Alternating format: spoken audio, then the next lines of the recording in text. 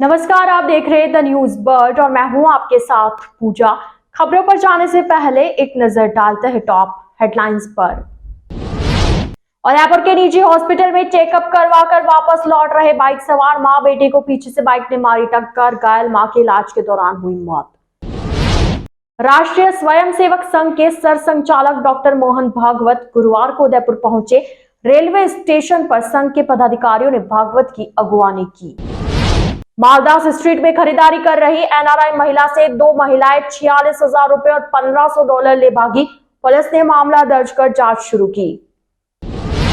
और अब खबरें विस्तार से। उदयपुर के निजी हॉस्पिटल में चेकअप करवा कर वापस घर लौट रहे बाइक सवार मां बेटे को पीछे से बाइक ने टक्कर मार दी। घायल मां की इलाज के दौरान हॉस्पिटल में मौत हो गई। पुलिस से मिली जानकारी के अनुसार वेस्ट बंगाल के रहने वाली 52 वर्षीय साधना विश्वास का 2018 से उदयपुर के निजी अस्पताल में हृदय रोग का इलाज चल रहा था। महिला का बेटा उदयपुर के ही सिंहपुर में रहकर नौकरी करता है। बीती 6 जून को बेटा अपनी मां को लेकर अस्पताल दिखाने गया था। रात करीब 8 बजे पुनः घर लौटते वक्त कपासन थाना क्षेत्र में स्थित कपासन दरगाह के सामने पीछे से एक बाइक ने टक्कर मार दी, जिससे दोनों ही नीचे गिर गए। बेटे को मामूली चोटें आई, वहीं महिला सर के बल गिरी, जिससे ब्रेन हेमरेज हो गया और कोमा में चली गई। महिला के इलाज के दौरान हालत बिगड़ती गई और उसने आज सुबह दम तोड़ दिया। पुलिस ने शव का पीएम करवाकर परिजनों को सौंपा। वहीं मामले में अग्रिम जांच जारी है। उदयपुर में 6 दिन पहले हुए हमले के जवाब में सुखाड़िया विश्वविद्यालय के केंद्रीय छात्र संघ अध्यक्ष कुलदीप सिंह सेहवावत ने साथियों के साथ बुधवार देर शाम पार्षद संजय भक्तानी पर तलवारों से हमला किया। हमले में भक्तानी की कार का शीशा फूट गया। मारपीट के बाद संजय की तरह ही कुलदीप ने यह कहकर सनसनी फैला दी कि मैंने 200 थप्पड़ जड़कर हिसाब बराबर कर दिया। वार्ड 45 के पार्षद संजय भक्तानी ने मारपीट की बात स्वीकार करते हुए कहा कि कुलदीप उनकी 3 दिन से रेकी कर रहा था। बुधवार शाम जैसे ही कार लेकर घर से निकला, उसने रास्ते में घेर लिया, फिर साथियों के साथ मिलकर तलवारों से हमला कर दिया। 200 थप्पड़ जड़ने की बात झूठी है। इस संबंध में प्रतापनगर थाने में रिपोर्ट दी है। पुलिस ने बताया है कि मामले की जांच शुरू कर दी है। आपको बता दें, कुलदीप सुखाड़िया विश्वविद्यालय छात्र संघ चुनाव में एबीवीपी से चुनाव जीते हैं और पार्षद संजय भक्तानी कांग्रेस के टिकट पर विजय हुए हैं। संजय का कहना है कि उन्होंने छात्र संघ चुनाव में कुलदीप की आर्थिक मदद की थी। कुलदीप तब के 1 लाख रुपए नहीं चुका रहे।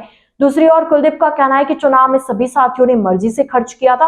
पार्षद भक्तानी राजनीतिक द्वेषता के चलते बदनाम कर रहा है। इससे मेरी पहले कोई रंजिश नहीं थी। 2 जून को अकेले पाकर मुझ पर बेवजह कायराना हमला कर दिया था। आप सबको ध्यान में होगा, कुछ दिन पूर्व एक विश्वविद्यालय ऑडिटोरियम में किसी प्राइवेट कंपनी ने एक प्रोग्राम कराया था, जिसमें मुझे अतिथि के रूप में बुलाया। जब मैं वहाँ से निकल रहा था, लास्ट में अकेला था, तो इन संजय भक्तानी और इनके कुछ साथी मेरे ऊपर आके अटैक करते हथियारों से। फिर ये मीडियाबाजी और बहुत सारी चीज़ें करता है। ये अपनी हरकतों से बाज नहीं आता है। मैंने उस समय पे भी कहा था कि मैं कानून व्यवस्था पे विश्वास रखता हूँ, लेकिन इससे इन हरकतों का जवाब मुझे देना आता है और मैंने दे दिया। अगर इसने अंगुली करी थी मेरे कहीं न कहीं जीवन में, अगर अच्छा चल रहा था मेरा, सब कुछ ठीक है, विश्वविद्यालय में अपन शांतिप्रिय तरीके से काम करते हैं। अगर विश्वविद्यालय परिसर में आप कहीं पे भी घूमना, अगर कुलदीप सिंह का एक भी स्टूडेंट कहते कि मेरे से कहीं झगड़ा हुआ है, ऐसा कोई विवाद हुआ हो, लेकिन ये क्या बाहरी है, रोज़ आके यूनिवर्सिटी गेट पे बैठ जाते हैं, नए नए स्टूडेंट को बिगाड़ने का पूरा प्रयास कर रहे हैं। इसके ऊपर कई सारे संगीन आरोप भी लगे। ये जो संजय भक्तानी पार्षद है, तो इसके मेरे साथ विवाद हुआ। तो कल जब इसने कहा था कि मैं प्रतापनगर का टाइगर हूँ, मैंने प्रतापनगर में जाके इसको रीटा और इसकी धुलाई करी है। कहीं ना कहीं कानून अपने हाथ में लेना आपने कहाँ तक नहीं उचित समझा? नहीं, मैं कानून व्यवस्था में पूरा विश्वास रखता हूँ, लेकिन ये इन हरकतों का जवाब, ईंट का जवाब पत्थर से दिया जाता है और मैंने वो दे दिया है। वो आपके लिए ऐसा कहते हैं कि राजनीति में जब आप चुनाव लड़े थे, आपकी बहुत मदद करी, और आज आप उनको ये सिला दे रहे हो। ऐसी कोई मदद नहीं करी थी। ये अगर आया होगा तो गया होगा। अगर इसने मेरा कहीं न कहीं करा होगा तो इसकी भी मैंने कहीं न कहीं मदद करी होगी। बाकी अगर चलते रोड पे कोई मेरे साथ में नहीं आके खड़ा रहा, जीवन में मैंने अगर किसी के साथ में खड़ा रहा तो वो भी आए होंगे। आप इनका पुराना इतिहास देख लेना कि कुलदीप अगर इनके पहले कहीं काम आया होगा तो इसीलिए मेरे साथ में आए, न कि मैंने इनको कहीं यूँ बुलाया, न इनसे कोई ऐसा यूँ।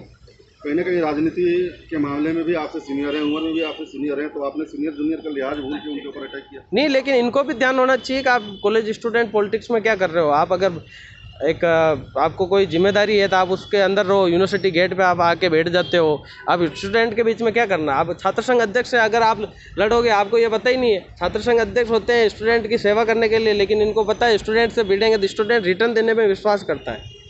तो कुलदीप सिंह रिटर्न देने में विश्वास करता है, कानून व्यवस्था का पूरा ध्यान है, लेकिन अगर ये हरकत ऐसी ओछी हरकतें करते हैं तो इनका जवाब दिया जाता है। मामला दोनों तरफ से पुलिस में दर्ज करवाया गया है जी। तो आपने किस तरीके का मामला दर्ज करवाया है? मेरे साथ इन्होंने जो जानलेवा हमला करा था वो मैंने मुकदमा दर्ज कराया। राष्ट्रीय स्वयंसेवक संघ के सर संघचालक डॉक्टर मोहन भागवत गुरुवार को उदयपुर पहुंचे। भागवत का उदयपुर के सिटी रेलवे स्टेशन पर संघ के पदाधिकारियों ने अगवानी की। इस दौरान सुरक्षा के माकूल प्रबंध स्टेशन पर किए गए। सवेरे मेवाड़ एक्सप्रेस से रेलवे स्टेशन पर पहुंचे। प्लेटफॉर्म नंबर 2 पर जैसे ही भागवत कोच से उतरे तो संघ के पदाधिकारियों ने उनकी अगवानी की। इस दौरान उनकी निजी सुरक्षा गार्ड के साथ ही स्थानीय पुलिस ने उनको सुरक्षा देते हुए आगे बढ़े। भागवत लिफ्ट से ऊपर चढ़े और एक्सीलेटर से प्लेटफॉर्म नंबर 1 पर उतरे। स्टेशन पर कुछ लोगों ने सुरक्षा की दृष्टि से दूरी बनाते हुए उनके साथ सेल्फी लेने का प्रयास भी किया। भागवत का काफिला वहां से विद्या निकेतन के लिए रवाना हुआ। संघ के उत्तर पश्चिम क्षेत्र के द्वितीय वर्ष विशेष में शामिल होने आए भागवत 2 दिन उदयपुर ही रुकेंगे। विभाग संघचालक हेमेंद्र श्रीमाली ने बताया कि ग्रीष्मावकाश में कार्यकर्ताओं के शारीरिक व बौद्धिक प्रशिक्षण के लिए 3 सप्ताह के संघ शिक्षा वर्गों का आयोजन होता है। इसमें प्रथम वर्ष करने के उपरांत 1 से अधिक शाखाओं की देखरेख करने वाले 40 वर्ष से अधिक उम्र के कार्यकर्ताओं का द्वितीय वर्ष विशेष क्षेत्रानुसार होता है। मोहन भागवत 8 और 9 जून को पूरा समय संघ शिक्षा वर्ग करने आए शिक्षार्थियों के लिए ही देंगे। इसमें शिक्षार्थियों से परिचय, अनौपचारिक वार्ता, बौद्धिक व जिज्ञासा के कार्यक्रम रहेंगे। बीते कुछ समय से शहर के अंदरूनी बाजारों में आपराधिक गतिविधियां बढ़ गई है। ऐसे में व्यापारियों में भय का माहौल है। श्री कोलपोल व्यापार संघ के सदस्यों का कहना है कि कोलपोल दरवाजे के अंदर करीब 80 व्यापारियों का व्यापार संघ है, जिसमें 3 स्थानों पर आपराधिक गतिविधियों के लिए रात्रि 10 बजे से 1 बजे तक जमावड़ा होता है एवं शराब, मांस, मदिरा का सेवन भी किया जाता है। मोहित वसीटा नाम के युवक ने 3 जून को व्यापार संघ द्वारा लगाए गए कैमरे को तोड़ दिया, जिसके खिलाफ घंटाघर थाने में मामला भी दर्ज करवाया और उस पर कार्रवाई हुई। लेकिन उसने छूटते ही अन्य साथियों के साथ मिलकर फिर से कोलपोल व्यापार संघ एरिया में व्यापारियों को धमकाना शुरू कर दिया है। उसके खिलाफ शिकायत करने वाले लोगों को देख लेने की धमकी देता है। ऐसे में आज सभी व्यापारियों ने एसपी को ज्ञापन सौंपकर असामाजिक तत्वों और अपराधियों के खिलाफ सख्त कार्रवाई करने व क्षेत्र में पुलिस गश्त प्रारंभ करने की मांग की। कोलपोल व्यापार संघ विगत 3 दिन से प्रशासन के साथ चर्चा कर रहा है और हमको ये दुर्भाग्यवश कहना पड़ रहा है कि मामला दर्ज होने पर भी, मोहित वसीटा नाम के व्यक्ति के द्वारा पर मामला दर्ज होने पर भी प्रशासन ने उस पर मुकदमा भी दर्ज किया, लेकिन उसने जैसे 151 से फ्री हुआ उसने सबसे पहले मेरे व्यापारियों को धमकाया, जो कतई व्यापारी स्वीकार नहीं करेगा। और हम व्यापारी कहते हैं कि जहाँ पर भी रात्रि 8 बजे के बाद कोलपोल में 2-3 स्थान ऐसे बनाए हुए हैं जहाँ पर रात्रि में मादक पदार्थों का सेवन होता है, चरस गांजे का इसमें सेवन होता है। मैं पूछना चाहता हूँ बीट ऑफिसर से, क्या उनको पता नहीं है यहाँ पे क्या हो रहा है?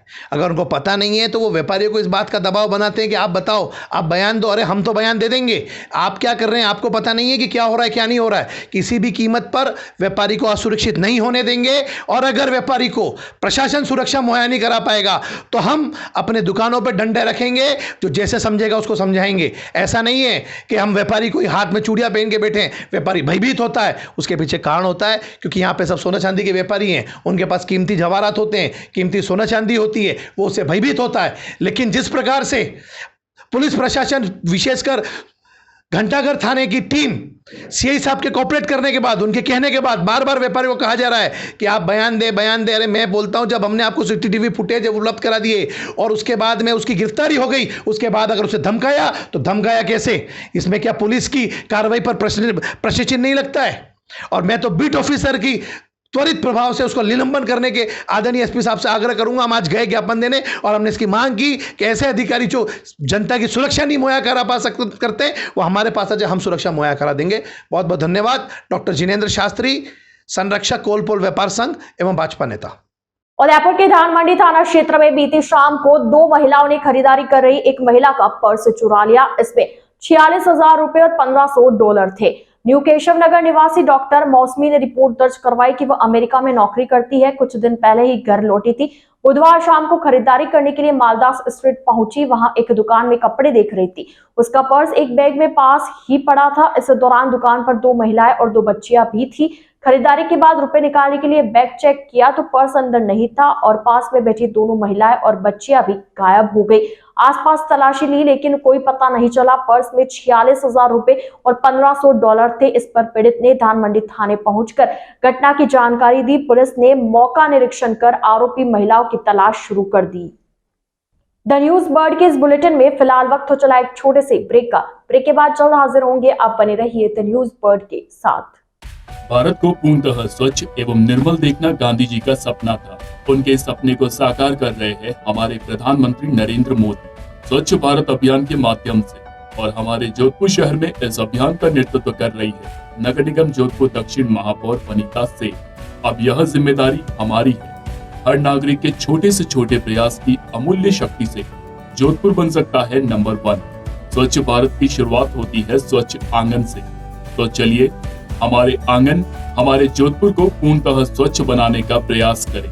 जोधपुर शहर को स्वच्छ बनाए रखने के लिए निम्न बातों का ध्यान रखें। कूड़ा कचरा कूड़ेदान में ही डालें।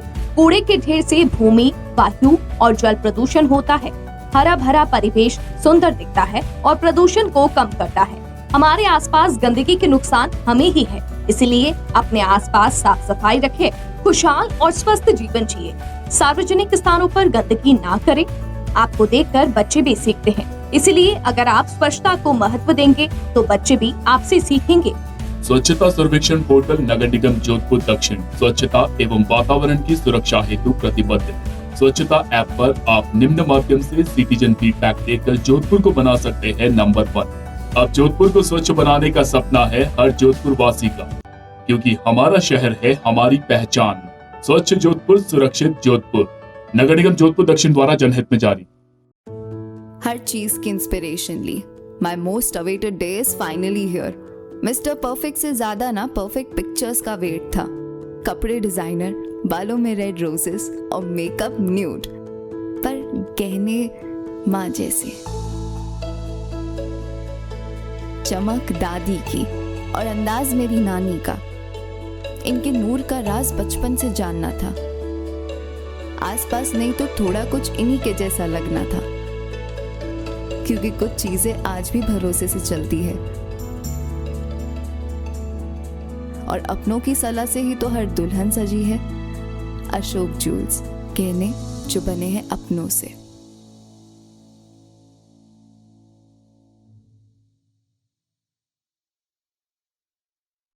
पश्चिमी राजस्थान में पावर की सभी समस्याओं के समाधान उपलब्ध करवाते हुए आभा जेनसेट 2 दशकों से diesel generator, transformer, electric panels एवं पावर कंसल्टेंसी की उत्कृष्ट विश्वसनीय सेवाओं के क्षेत्र में कार्यरत है।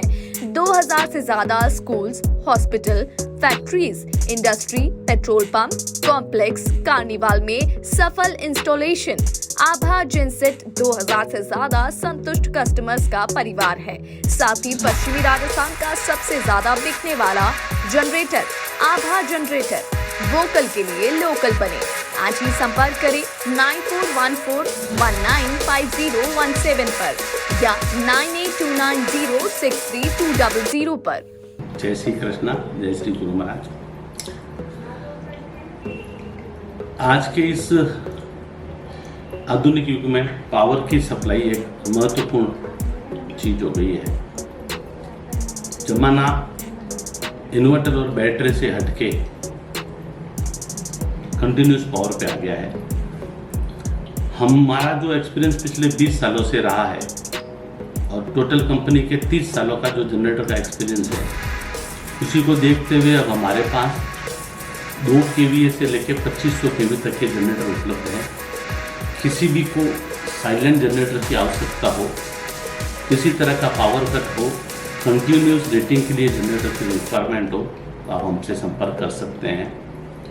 अब हम जोधपुर कॉर्पोरेट ऑफिस से जयपुर में जनरेटर बनाने की फैक्ट्री का उद्घाटन कर दिया है और पिछले 6 महीनों से हम कस्टमाइज जनरेटर सेट्स बना रहे हैं, जिसको जैसी रिक्वायरमेंट है उसको उसी तरह का जनरेटर बना के देते हैं।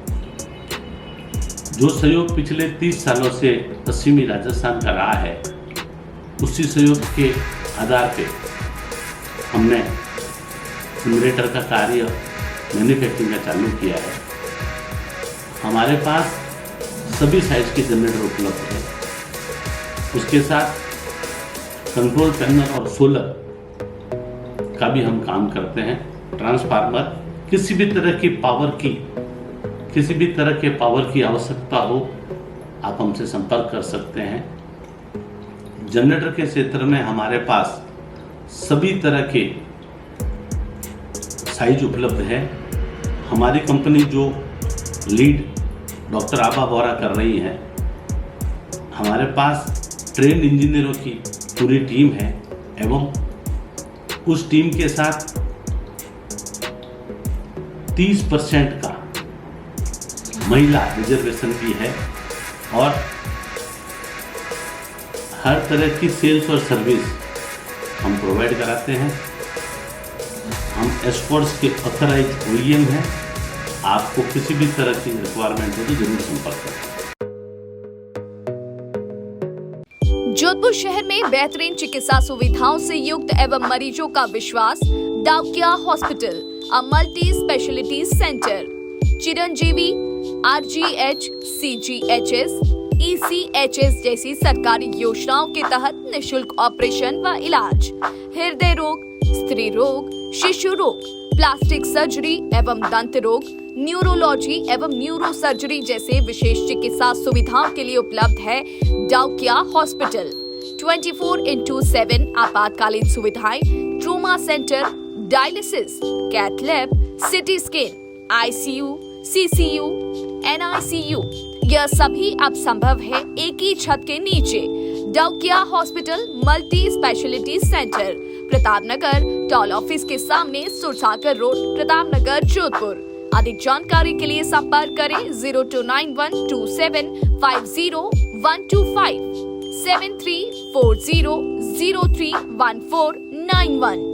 अब चाहे शादी समारोह हो या कोई अन्य कार्यक्रम, बच्चों और बड़ों के लिए कपड़े खरीदना हो या मेंस एथनिक वियर, यह सब हुआ बहुत ही आसान, क्योंकि रामसंस उपलब्ध करवाता है कपड़ों की वाइड रेंज, जहां आपको मिलते हैं kurta pajama, suiting and shirting, formals wear.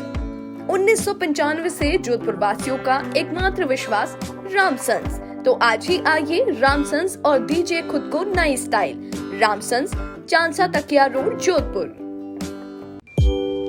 अब आपके घर में सगाई, शादी, बर्थडे पार्टी जैसे किसी भी इवेंट को खूबसूरत बनाने के लिए आपके बीच मौजूद है सुनैना इवेंट मैनेजमेंट। अब आपके इवेंट को खूबसूरत बनाने से लेकर खाने तक की जिम्मेदारी है हमारी, क्योंकि सुनैना इवेंट मैनेजमेंट और प्रिया एंटरप्राइजेस लेकर आए हैं सगाई से विदाई तक सारी सुव्यवस्थित सेवाएं। सुनैना इवेंट मैनेजमेंट, शादी आपकी, टेंशन हमारी। Wedding planner and birthday party specialist. Head office Nainchi Bagh, मावड़ियों की घाटी के पास, Jodhpur. Branch office Jodhpur Chaupasni housing board, 17 sector, भट्टी की बावड़ी, जोधपुर। अधिक जानकारी के लिए संपर्क करें 9682656726 9314722491। ब्रेक के बाद आपका स्वागत है। बजरी व्यवसायियों की समस्याओं के समाधान के लिए शास्त्री सर्कल स्थित माइनिंग विभाग के बाहर प्रदर्शन करते हुए ज्ञापन सौंपा गया और राजस्थान बजरी ट्रक ऑपरेटर्स वेलफेयर सोसाइटी के प्रदेशाध्यक्ष नवीन शर्मा ने बताया कि बजरी परिवहन व्यवसाय में ट्रक मालिक, ट्रैक्टर मालिक आदि वाहनों से शहर के अंदरूनी इलाके में बजरी पहुंचा रहे व्यवसायियों को लाखों रुपए के जुर्माने का बोझ तले दबाया जा रहा है। उनके खिलाफ बजरी चोरी जैसी धाराओं में मुकदमे दर्ज कर जेल की हवा तक खिलाई जा रही है। ऐसे ही अन्य मुद्दों और बजरी व्यवसायियों की समस्याओं के निराकरण के लिए गुरुवार को ऑल राजस्थान बजरी ट्रक ऑपरेटर्स वेलफेयर सोसाइटी के बैनर तले शास्त्री सर्कल स्थित माइनिंग विभाग के बाहर प्रदर्शन किया गया। साथ ही माइनिंग विभाग के अधिकारियों को ज्ञापन सौंपकर मांग की गई कि बजरी व्यवसायियों की समस्याओं का शीघ्र समाधान किया जाए, अन्यथा व्यवसायी उग्र आंदोलन करेंगे।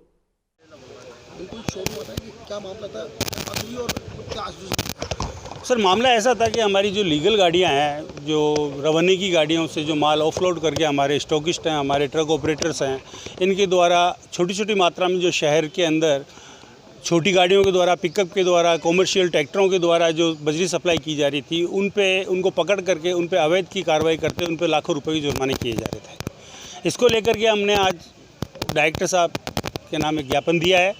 डायरेक्टर साहब चूँकि यहाँ मौजूद नहीं थे, उनकी एब्सेंट में एडीएम गौड़ साहब हैं, उनसे हम मिले हैं, उनसे हमारी वार्ता हुई काफ़ी देर तक और उनको हमने रिक्वेस्ट की है, उनसे सारी परिस्थितियों से उनको अवगत कराया है।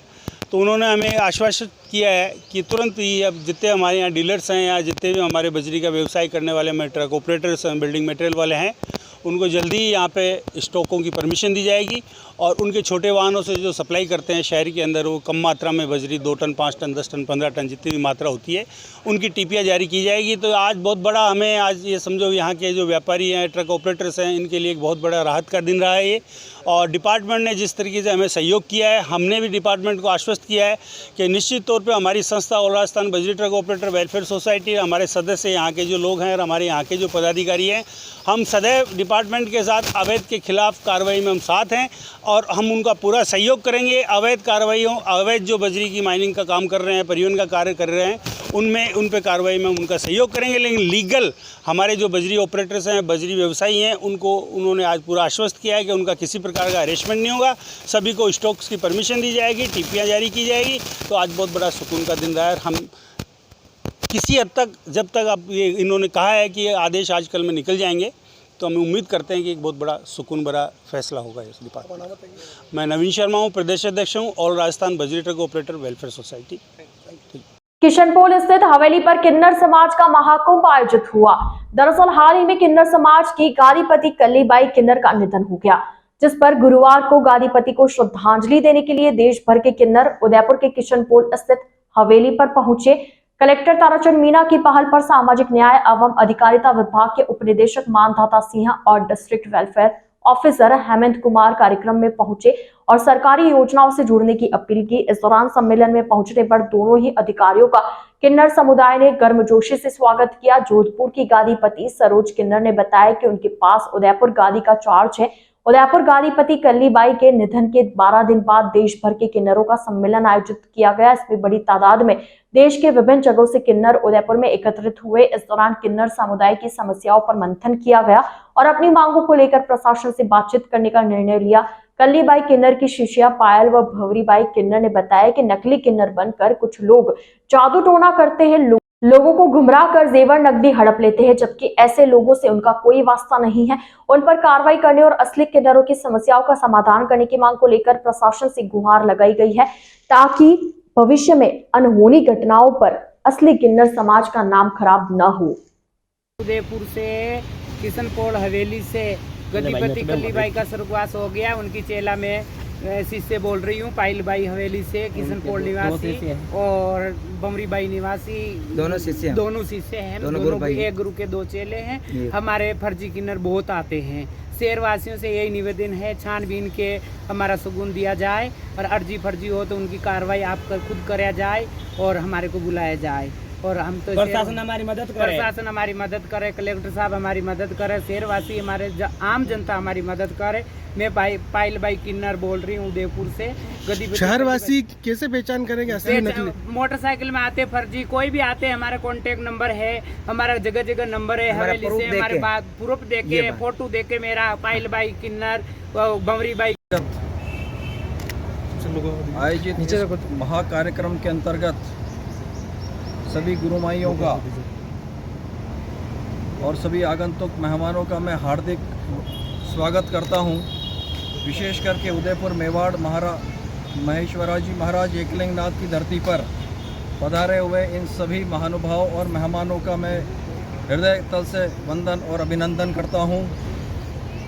जिला कलेक्टर महोदय श्री ताराचंद जी मीणा की पहल के आधार पर उदयपुर में जो एक कार्यक्रम सभी तृतीय लिंग के लिए चलाया जा रहा है वह बहुत ही अनुकरणीय है। उसके अंतर्गत हम चाहते हैं कि सरकार की तरफ से जो भी लाभ आपको मिलना चाहिए वो पूरा मिले। हम तहे दिल से इसके साथ में, तो सरकार की भावना है कि आप सभी भी हमारे भारत के, हमारे राजस्थान के, हमारे उदयपुर के नागरिक हैं, उसके आधार पर आप सभी का भी वोटर आईडी कार्ड होना चाहिए। आपको भी मत देने का अधिकार है और इसलिए आप सभी अपना मताधिकार का उपयोग करें और मतदान केंद्र के ऊपर जाकर के वोटर आईडी के द्वारा मतदान करें, ताकि एक उज्जवल भविष्य की कामना हम अपने राजस्थान सरकार के लिए कर सकते हैं। सरकार आपके साथ में है, आप सभी के आशीर्वाद से और आपके सभी के पहल के आधार पर हम आगे बढ़ते रहेंगे। हम चाहते हैं कि इस कार्यक्रम में हमारी तरफ से अगर कोई सहायता की अपेक्षा है तो जिला कलेक्टर महोदय ने विशेष करके मुझे निर्देश दिया है। उनकी आने की बड़ी इच्छा थी, लेकिन वो किसी आकस्मिक वीसी जो है मुख्य सचिव महोदय की होने की वजह से अभी नहीं पधार सके, तो उन्होंने मुझे निर्देशित किया कि वहाँ जा कर के सभी को प्रणाम करना मेरी तरफ से भी, और उनसे अर्ज कर देना, उनसे कह देना कि भाई आपकी कोई भी अपेक्षा है, कोई भी अगर आपकी डिमांड है तो आप बताएं, सरकार आपके साथ में है।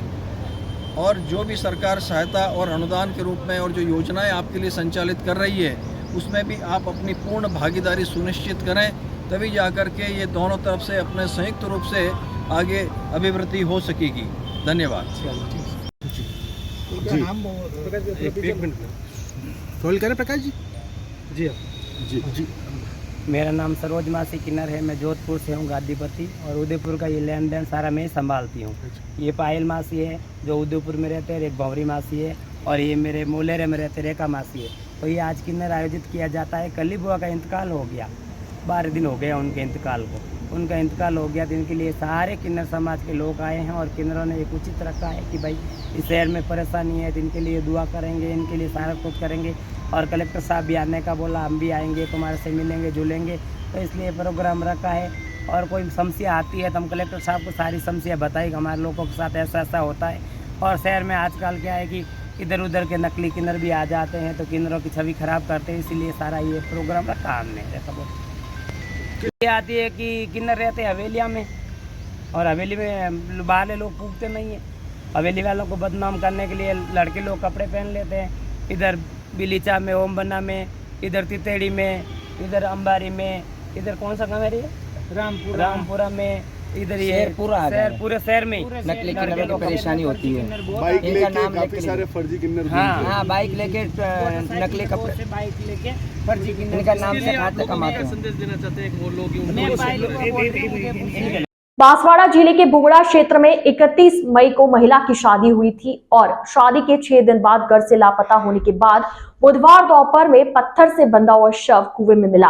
परिजनों की मौजूदगी में शव कुएं से निकाला गया। परिजनों ने हत्या की संभावना जताते हुए आक्रोश जताया। कुएं से महिला का शव निकाला गया, जिसमें ओढ़नी के साथ 10 से 15 किलो वजनीय पत्थर से शव बंधा हुआ था। पुलिस ने मामला दर्ज कर जांच शुरू की। वहीं मृतका के परिजनों ने हत्या की निष्पक्ष जांच कराने की मांग करते हुए पुलिस अधीक्षक कार्यालय पर धरना दिया। फिर इधर पूछा उसको तो उसने मना कर दिया, मुझे कोई पता नहीं। फिर कल सुबह 6 बजे एक कुएं में लाश मिली और इसके साथ उड़नी की कटकी, इसके साथ पत्थर बांधा हुआ लाश कुएं से बाहर निकाली गई। और पुलिस ने मौके पे कोई पंचनामा नहीं बनाया गया, ना कोई कार्रवाई की गई। और उस लड़की ने आम पब्लिक के सामने, नाड़ा का लड़का है, गोविंद नाम है, उसने ये घटना की, इस तरह का बयान किया। इसके बाद भी अभी पुलिस ने कुछ कार्रवाई आगे नहीं बढ़ाई है, इसलिए हम यहाँ पर एसपी साहब को ज्ञापन देने आए। क्या नाम है तुम्हारा? हीरालाल नीनाम, पूर्व सरपंच पाड़दा। तो जिसकी लाश मिली उसका क्या नाम है? संजय। प्रभारी मंत्री भंवर सिंह भाटी ने बांसवाड़ा जिले में गुरुवार को आला अधिकारियों की बैठक ली। जिला मुख्यालय स्थित कलेक्ट्रेट सभागार में जिला स्तरीय अधिकारियों की बैठक में जिला कलेक्टर प्रकाश चंद्र शर्मा, जिला प्रमुख रेशम मालविया, उप जिला प्रमुख डॉक्टर विकास बामनिया व सभापति जैनेन्द्र त्रिवेदी आदि मौजूद रहे। जिला प्रभारी मंत्री ने जिले के समस्त विभागवार अधिकारियों से योजनाओं के बारे में जानकारी ली और चर्चा की। साथ ही राजस्थान सरकार की योजना आम जन तक पहुंचाने एवं आम जन को लाभान्वित करवाने के लिए आवश्यक दिशा निर्देश दिए। मंत्री ने जिले में चल रहे राहत शिविरों को लेकर भी अधिकारियों से जानकारी ली। बांसवाड़ा कलेक्ट्रेट में जिला स्तर के सभी अधिकारियों के साथ बैठक रखी गई और महंगाई राहत शिविर जो माननीय मुख्यमंत्री महोदय के द्वारा 24 अप्रैल से 30 जून तक पूरे प्रदेश की सभी ग्राम पंचायतों पर लगाए जा रहे हैं, उसकी समीक्षा की गई और बांसवाड़ा ज़िले में करीब 85% लोगों के पंजीयन अभी तक जो शिविर लगे हैं उनमें किए जा चुके हैं। अभी 30 जून तक ये शिविर लगेंगे, तो लोगों में बड़ा भारी उत्साह है और लोग चल करके पंचायत मुख्यालय तक आ रहे हैं और सरकार की योजनाओं का अधिक से अधिक लाभ मिले उसके लिए पंजीयन बहुत अच्छे तरीके से करवाया जा रहा है। उसके अलावा भी जो हमारी सरकार की फ्लैगशिप योजनाएं हैं उनकी समीक्षा की गई और उसके साथ साथ जो हमारे माननीय मुख्यमंत्री महोदय के द्वारा जो बजट घोषणाएं की गई है उन बजट घोषणाओं का क्रियान्वयन जल्दी से जल्दी वो कार्य शुरू किए जाएँ। जो काम चल रहे हैं उनकी जो प्रगति है उसकी रिपोर्ट की समीक्षा की गई और मानसून का मौसम अब आने वाला है। ऐसे समय में कृषि विभाग के अधिकारी विशेष रूप से मुस्तैद रहे, लोगों को मिनी किट्स हैं, बीज हैं, तो उनका समय पर वितरण करें ताकि किसान बारिश जैसे ही आती है तो अपनी खेती कर सके, उसके लिए भी निर्देश दिए गए हैं। और नरेगा की योजनाओं के बारे में भी चर्चा की गई और माननीय मुख्यमंत्री जी का आगामी दिनों में 11-12 तारीख को बांसवाड़ा ज़िले का जो कार्यक्रम प्रस्तावित है उसके बारे में भी चर्चा की गई। उसके लिए हमारे माननीय दोनों मंत्रीगण, हमारे जिला प्रमुख जी, हमारे सभापति जी, सब लोग उसकी तैयारियों में लगे हुए हैं। जिला प्रशासन भी तैयारियां कर रहा है और जिस प्रकार से महंगाई राहत शिविरों का मुख्यमंत्री जी खुद जाकर के निरीक्षण कर रहे हैं और लोगों से पूछ रहे हैं कि उसमें कोई दिक्कत तो नहीं है, लोगों को लाभ मिल रहा है या नहीं मिल रहा है, तो ये माननीय मुख्यमंत्री जी की जो सक्रियता है कि वो हर पंचायत लेवल पर, हर पंचायत समिति लेवल पर, हर जिले तक जाकर के लोगों के अभाव अभियोग सुन रहे हैं। तो आप समझ सकते हैं कि माननीय मुख्यमंत्री जी कितने संवेदनशील होकर राजस्थान के लोगों के लिए कार्य कर रहे हैं। तो आज इन तमाम विषयों पर चर्चा की गई और जहां कम प्रोग्रेस है वहाँ पर कलेक्टर साहब को कहा गया है कि उन कामों में भी तेजी लाई जाए। सर, जिले में मुख्यमंत्री का 2 दिवसीय दौरा है, इसमें क्या जिले को बड़ी सौगात मिल सकती है? देखिए, जिले को तो पहले से ही बहुत सारी सौगातें मिली है। अभी तो बहुत बड़ी जो सिंचाई योजना है बांसवाड़ा जिले के लिए वरदान साबित होने वाली है, उसका शिलान्यास मुख्यमंत्री जी यहाँ पधारेंगे तो करेंगे। महंगाई राहत शिविरों का तो अवलोकन करेंगे ही करेंगे, लेकिन उसका शिलान्यास किए जाने का जो हमारी बड़ी सिंचाई योजना माननीय मालवीय साहब के प्रयासों से, बामणिया जी के प्रयासों से जो बजट में घोषणा हुई है, तो उसके शिलान्यास की तैयारियां भी चल रही है। तो निश्चित रूप से बांसवाड़ा जिले की तमाम जो पॉपुलर डिमांड्स थी उन सभी मुख्य मांगों पर पिछले 2-3 बजटों में मुख्यमंत्री जी ने घोषणा कर दी है और वैसे मुख्यमंत्री जी जहाँ भी जाते हैं तो वो सौगातें देते रहते हैं। निश्चित रूप से यहाँ की कोई मांग अगर लंबित है तो उस पर भी माननीय मुख्यमंत्री जी सकारात्मक रूप से फैसला करेंगे। चित्तौड़गढ़ बानसेन राजकीय उच्च माध्यमिक विद्यालय में आयोजित महंगाई राहत कैंप में ग्रामीणों को पट्टे तो जारी कर दिए गए हैं, परंतु उन गरीबों को आशियाने का ठिकाना अभी तक ग्राम पंचायत ने नहीं दिया है। बानसेन गांव में महंगाई राहत कैंप में 2 दिन शिविर आयोजित किया गया, जिसमें 23 विभाग के अधिकारी उपस्थित थे। जानकारी के अनुसार शिविर में लोग अपनी समस्या लेकर पहुंचे। 2019 व 2020 तक में रतनलाल गाडरी ने अपना टैंकर लगाकर बानसेन की जनता को पानी सप्लाई किया, जिसका अभी तक रतनलाल गाडरी को भुगतान नहीं हुआ है। रतनलाल ने शिविर प्रभारी को ज्ञापन सौंपा। इसी तरह अन्य ग्रामीणों ने भी अपनी समस्याओं से अवगत करवाया। प्रशासन के पीएचडी के अधिकारियों से बात करने के बाद में उन्होंने मुझे बताया कि उसका डिस्क्वालीफाई कर दिया है उसको, और निम्बाड़ा के और जो दूसरे डिवीज़न का जो कुछ पेमेंट है उसका वो पेमेंट रोक दिया है। और उसने 26 तारीख को इन सब जो जितने भी लोग हैं जिन्होंने भी पानी पिलाया है उसका पेमेंट का भुगतान करने के लिए आश्वासन दिया है। 26 तारीख से पहले उनको उनका भुगतान मिल जाएगा। और ये जानकारी मेरे को आज ही इस कैंप के माध्यम से मिली है।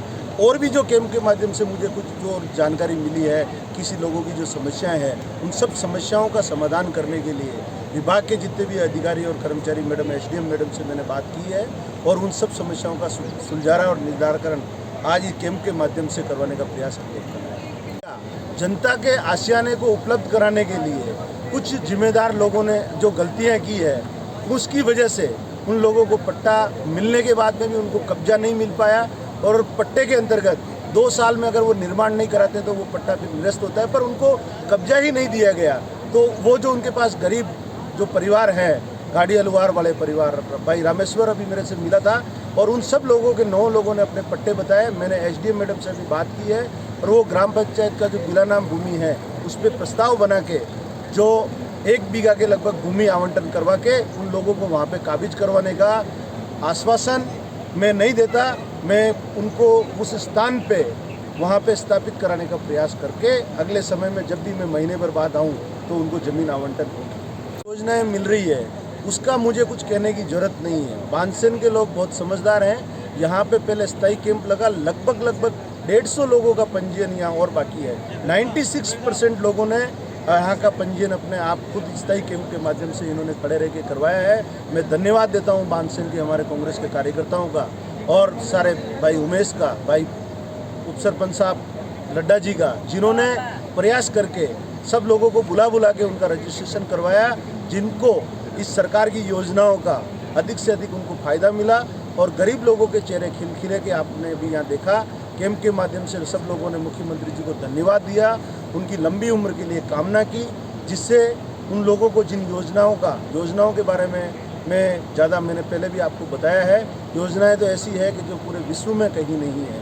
200 यूनिट, चाहे वो बिजली की योजना हो, सामाजिक सुरक्षा की जो पेंशन की योजना हो, उसके साथ साथ बिजली का बिल, खेतों का भी जो योजना हो, जो कुएँ के जो बिल हैं 2000 यूनिट तक फ्री का जो योजना है, ऐसी योजना हिंदुस्तान में कहीं नहीं है। अभी जो 2 स्टेट में, राजस्थान में जो राजस्थान मॉडल को मानते हुए कर्नाटक में जो सरकार। नाम है आपका? रामेश्वर लाल गाड़ी लोहार। आपको कौन क्या लेके आए कैंप में? आज क्या है मामला तुम्हारा? पट्टा लेके आए साहब। क्या है पूरा पट्टे का मामला, क्या बताइए आप? का मामला ये है कि हमारे को पट्टा दे दिया राकेश जी सरपंच साहब ने, उसने हमको ज़मीन प्राप्त नहीं की। आज दिन तक घूमते फिर रहे हैं। कितना टाइम हो गया आपको यहाँ घूमते? हमारे यहाँ कम से कम 10 साल हो गए, 10-11 साल हो गए। 10-11 साल हो गए। अब कैंप में आज क्या लेके आए आप? क्या पट्टा लेके आए? क्या कहा अधिकारियों ने? क्या कहा थे अधिकारी? बोल रहे हैं कि अभी चेक कर रहे हैं, अभी ये बताओगे ज़मीन कहाँ है, नहीं है। वो सरपंच साहब भी बोल रहे हैं कि ज़मीन ही नहीं है। अभी के वर्तमान सरपंच साहब क्या कह रहे हैं आपको? अभी के कह रहे हैं कि भाई ज़मीन यहाँ ये वो है ही नहीं है, कि वाली के अंदर है। मैं कि वाली के अंदर हो तो दे दो हमारे को। तो अब क्या कह रहे हैं, दे रहे हैं कि नहीं दे रहे हैं? क्या कह रहे हैं? सरपंच साहब बात कर रहे हैं तो वो मना कर रहे हैं, हमारे को मना कर रहे हैं। आइए चलते चलते एक बार फिर नजर डालते हैं आज की टॉप हेडलाइंस पर। उदयपुर के निजी हॉस्पिटल में चेकअप करवा कर वापस लौट रहे बाइक सवार मां बेटे को पीछे से बाइक ने मारी टक्कर, घायल मां के इलाज के दौरान हुई मौत। राष्ट्रीय स्वयंसेवक संघ के सरसंघचालक डॉक्टर मोहन भागवत गुरुवार को उदयपुर पहुंचे। रेलवे स्टेशन पर संघ के पदाधिकारियों ने भागवत की अगुवानी की। मालदास स्ट्रीट में खरीदारी कर रही एनआरआई महिला से 2 महिलाएं 46,000 रुपए और $1500 ले भागी। पुलिस ने मामला दर्ज कर जांच शुरू की। तो आज के इस बुलेटिन में फिलहाल के लिए इतना ही। अब दीजिए इजाजत पूजा को, आप बने रहिए द न्यूज बर्ड के साथ। नमस्कार।